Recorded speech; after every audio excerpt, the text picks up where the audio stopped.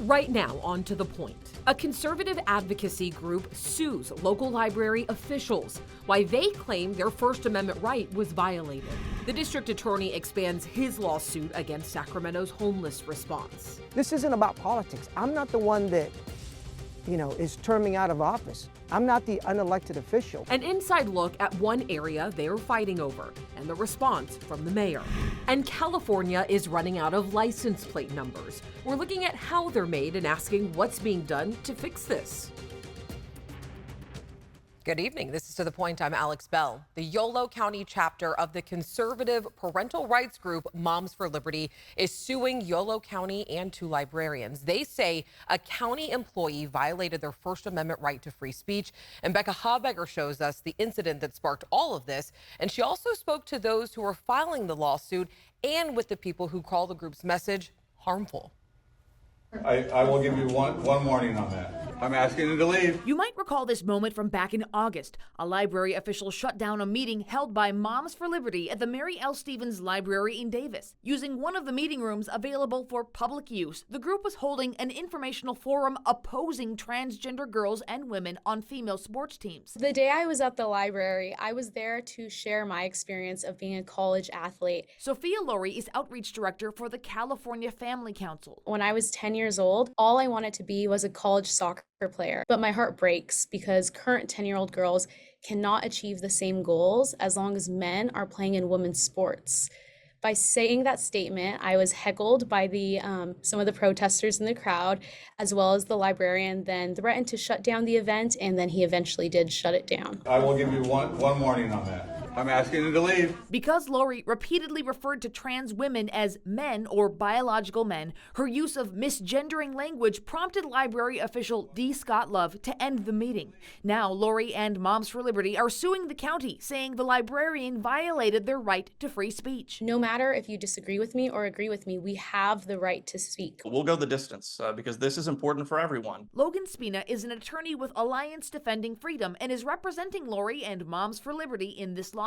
The library can't pick and choose who's allowed to speak and who's not, just based on the viewpoint. I think the library is in a very difficult position. I spoke with Anush Jajorian, who is chair of the Davis Phoenix Coalition and works with LGBTQ+ youth. We do have free speech rights. At the same time, it is a space that is supposed to be open to the public and therefore welcoming to everyone. They say Moms for Liberty's opposition to trans girls and women on female sports teams, plus other public positions the group has taken opposing trans inclusion, is harmful. While it seems that this small discriminatory minority is the loudest and is getting the most attention, here in Yolo County, the majority stands very firmly on the side of inclusion and belonging. Becca joining us now. Becca, I have to ask you, what is Yolo County's response to all of this been? Well, Alex, unfortunately, we don't know. I did reach out to the county spokesperson several times today and left multiple messages. I also reached out to the Yolo County Library leadership. We just haven't heard back yet. And do we know what's next in the legal process? I know it kind of just got started, but do we know yet? Yeah, the lawsuit was filed yesterday. The county now has about 3 weeks to file a response to the lawsuit. We'll see what the judge has to say and where they take it from there. All right, Becca, thank you so much. All right, the Sacramento County Sheriff's Office just released results of an operation targeting retail theft. During the 7-day operation, the Sheriff's Office says detectives recovered tens of thousands of dollars of merchandise at big box stores in Sacramento County, and this includes places like Target and Home Depot. So we'd catch folks that would come in, scan an item or two, and then walk out. Some folks had a shopping cart full of stuff and just walked out. These people just go out and steal, not because of need, because they can and they won't get in trouble. Sheriff Jim Cooper says 285 people were arrested. Of those, 233 were issued misdemeanor citations. New tonight, a big change to this year's California Capitol tree lighting. Safety concerns about protests has caused the event to go virtual this year. A holiday market planned for tonight was also canceled by the Midtown Association, who also cited concerns surrounding protests and safety. According to the governor's office, the program is unchanged outside of the event being pre-recorded. Right now, the developers behind California Forever, a plan to build a cutting-edge new city in Solano County, are hosting another town hall meeting. This time it's in Rio Vista. ABC 10's Luke Cleary is there tonight and has a preview of what's expected.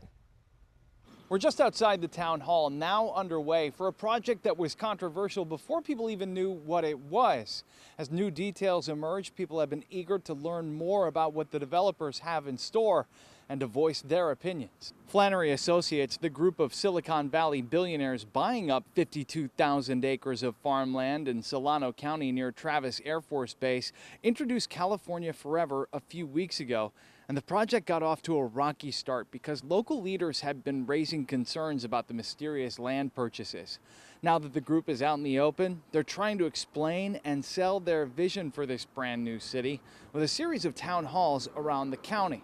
The people that we've spoken to tonight so far have mixed views. I like the idea of a green city, green development, but why can't we do that with the 500 acres within Rio Vista city limits? Why can't we go to North Texas Street in Fairfield and do that? Some of the concerns are valid. I mean, we're looking at a need for infrastructure, water. I mean, there's a lot of things on the table where if this project does go off, I'm looking at it's not going to be completed within 15 to 20 years. This is the second in that series of town halls after a meeting last week in Vallejo. There was a heated discussion there around the project. This has also been an opportunity for the people behind California Forever to meet people face to face, to present their ideas and answer people's questions. And what we've seen so far, people have a lot of questions. Back to you. And I want to mention there are 4 more town halls happening this month. You can see the locations on your screen. And the group says that it will solicit community feedback to help shape its plans for the new community, which will then be released in January. Tonight, the battle between Sacramento's district attorney and the city over homelessness continues. The media was invited today to walk along the levee of the Sacramento River with the DA and the River City Waterway Alliance. And the purpose was to show the damage they say the homeless has caused. ABC 10's Devin Truby was with the DA today and took a tour of what he's talking about. This is Steelhead Creek, which flows into the Sacramento River along Garden Highway, an area known for fishing, boating, and unfortunately, the homeless. The River City Waterway Alliance invited Sacramento District Attorney Tin Ho and the media to show what they're calling some of the environmental issues along the levee. Every time they go there, they are collecting nearly 50,000 pounds of garbage every single time. You can see encampments so deeply built into the levee, they have chain link fences. According to the DA, one resident has lived along the levee for 12 years. He has a generator, an air conditioning unit. He's had couches and mattresses. He's had refrigerators. He had essentially a home that the city has allowed him to be there for the last 12 years, polluting the river. All of this prompting Tin Ho to expand his lawsuit against the city of Sacramento in regards to homeless to include environmental concerns. Specifically, that the city of Sacramento has committed violations of the Fish and Game Code and negligence per se, that they have allowed our community and our rivers to be soiled. But according to Public Records Search, the area that Tin Ho and his office toured today and used as their example with the media are not owned by the city. It's owned by Reclamation District 1000. Under this bridge belongs to North Sacramento Land Company, and this property belongs to the county. In response, the DA said, quote, "While that particular parcel is owned by Reclamation District 1000, it is located within the city limits. RD 1000 is responsible for levee integrity and flood control, not law enforcement actions. The city is responsible for enforcement of the laws within the city limits. The city's failure to enforce the laws has resulted in this environmental disaster." Sacramento Mayor Darrell Steinberg's office called Tin Ho a show horse, not a workhorse, saying in part, while the DA was traipsing around on a levee with the press in tow this morning, the city and county of Sacramento were jointly taking an important step toward actually getting people off the street. The County Board of Supervisors voted Tuesday to approve Safe Stay Sleeping Cabin Community on Stockton Boulevard. District Attorney Tin Ho says he will continue to fight for a camping ban in Sacramento, much like the one that already exists in San Diego. And while you were out there today, you did see a resident who spoke on behalf of the business members, actually went up to the DA. What did she have to say? Well, she handed him this letter, actually, and it's behalf of all the businesses that are on Como, Arden, and Barstow streets, that some of them have been there for 50 years, and they're saying they're in a decaying civilization, actually thanking the DA for bringing this to the attention of the people and, quote, the lies, failures, and the incompetencies of the city. All right, Devin, thank you so much. And this is something we will continue to follow. And according to the district attorney, 3 city council members are planning to bring up a daytime camping ban. So we will keep you updated as we learn more. Well, ahead, California is running out of license plate numbers. We show you how they're made and what the DMV is doing about it. Plus, a pause on Sacramento's main jail project, what needs to be done before it can continue. We're tracking a big atmospheric river out in the Pacific right now, already affecting Washington and Oregon. The impacts we'll see overnight tonight through tomorrow.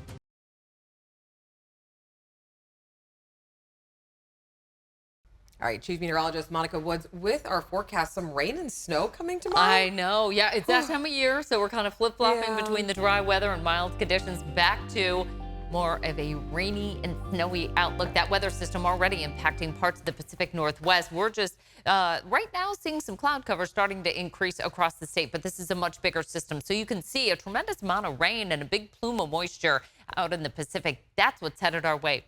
Winter weather advisory is going to hold off until Thursday at 10 a.m. So you can kind of see how this system progresses into our Wednesday. We start off with a dry morning commute. Here's the rain starting to move in along the coast, affecting us mainly for the afternoon hours into the evening commute. And then that snow sticks around for the Sierra. Snow level starts above the passes, but then lowers to about 5,000 feet tomorrow afternoon. Now on Thursday, we get another part of a weather system moving through, and that's going to keep us with a showery forecast into Thursday. More snow for the Sierra. Again, expect lowering snow levels as well as variable weather in the high country and some slow going through the mountains. Patchy fog, by the way, returning by early Friday. So we've got a little bit of everything in this forecast. In terms of total accumulation, about 1/10 of an inch to 3/10 of an inch of rain in the valley, 1/2 an inch to over an inch of rain in the foothills, and 1 to 12 inches of snow for the Sierra. Highs for tomorrow in the 40s for the high country, 50s to near 60 for the foothills. Across the coast, we're in the 60s as well as inland areas. Cooler than where we've been by about 5 degrees or so. A mild start to the day with the cloud cover, but the snow, it's headed our way into the Sierra. Rain throughout the foothills, and for the coast, we've got rain in the forecast as well. Our 10-day forecast for the valley, we see rain showers for tomorrow as well as Thursday, drying out, slight chance of a light sprinkle overnight Saturday into early Sunday. All right, Monica, thank you. Coming up onto the point, the Supreme Court taking on a major opioid settlement case, what it could mean for people impacted by the crisis. And strikes continue at universities across California, what faculty members are asking for.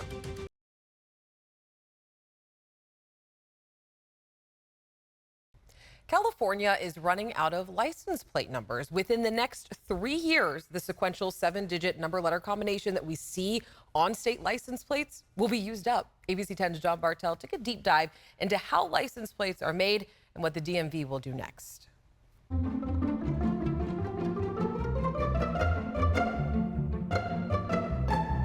It is illegal to drive without a California license plate, but did you know California is running out of license plates? Well, kind of. Let me be more specific. They're actually running out of the numbers and letters on the license plates. Let me explain. Since 1980, California DMV has been issuing a 7-digit number letter sequence on all license plates. That sequence starts out at 1AAA000. With each new license plate made, numbers or letters are added in sequential order until it reaches the final sequence of 9ZZZ999. And that sequence is about to run out.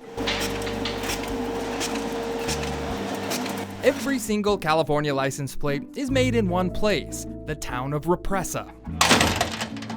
There's just one thing. The town of Represa is located inside the Folsom State Prison. It's the only town of its kind in California. People other than inmates live in Folsom Prison. Correct, yeah, we've got 41 houses on the facility. We've got about 4 streets. They come through and we take care of the landscape, and school buses come in and out. Back in the early 1900s, the city of Folsom didn't want letters and mail to be confused with the Folsom State Prison, so they asked the prison to become their own separate town. And in a way, the prison is its own separate town with homes, streets, and its own workforce.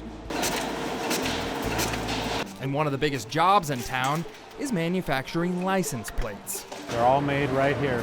We do about 45,000 on a typical day.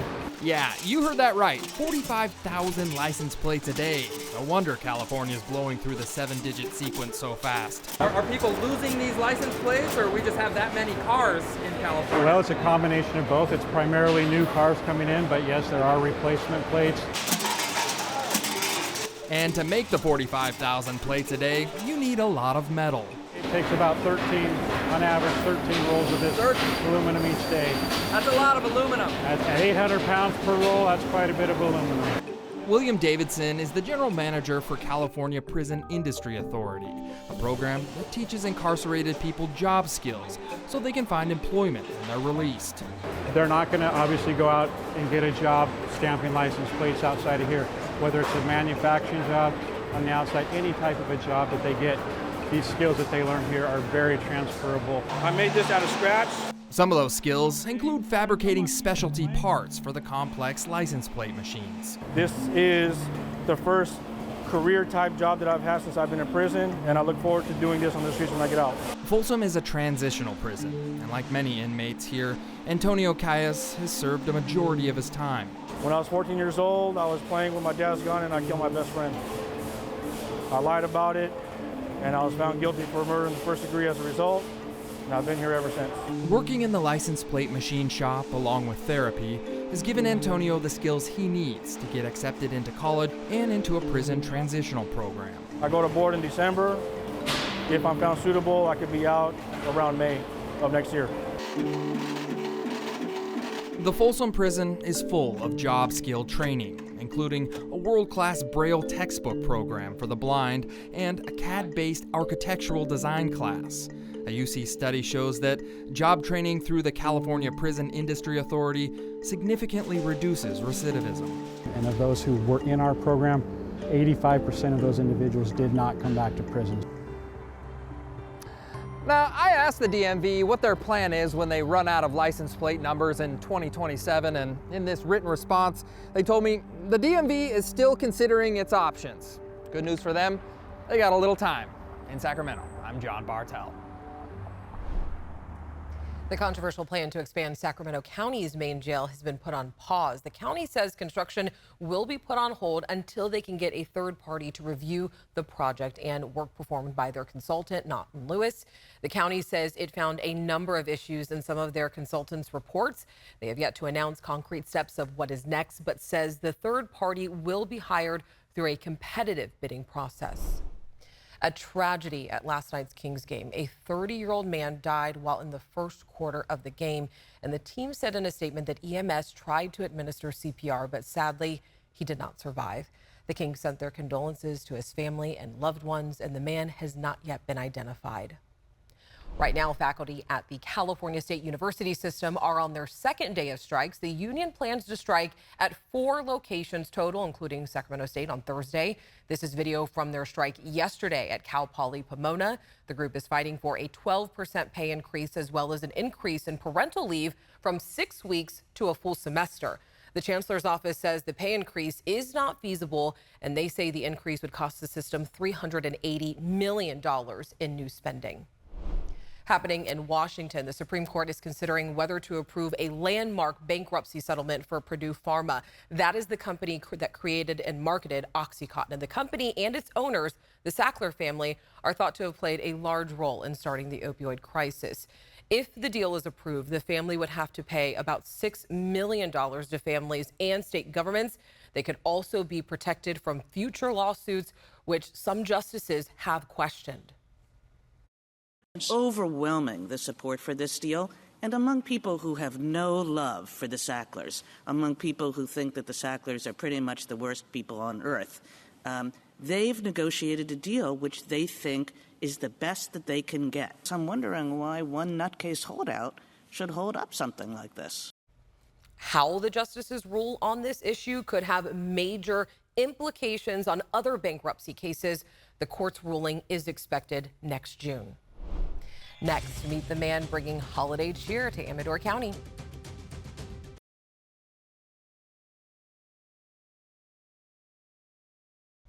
All right, coming up tomorrow on To The Point, we are checking back in with Mr. Holiday himself. Every holiday season, he creates a tiny Christmas village. It's a tradition of more than 25 years, and every year his collection grows. It's on display right now at the Ledger-Dispatch newspaper in the Amador County community of Jackson. You got Mickey Mouse Playhouse, which is brand new this year. I mean, that was something that was donated. Then you've got the barber shop, ice cream shop. Mr. Holliday gave us a behind-the-scenes look at this year's display and how some of you helped it grow. So you can catch this full story right here on To The Point tomorrow at 6:30.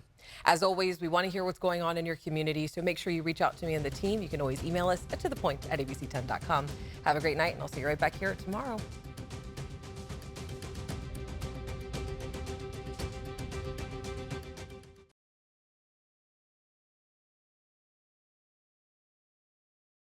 Hey, it's Alex. Just wanted to say thank you so much for watching.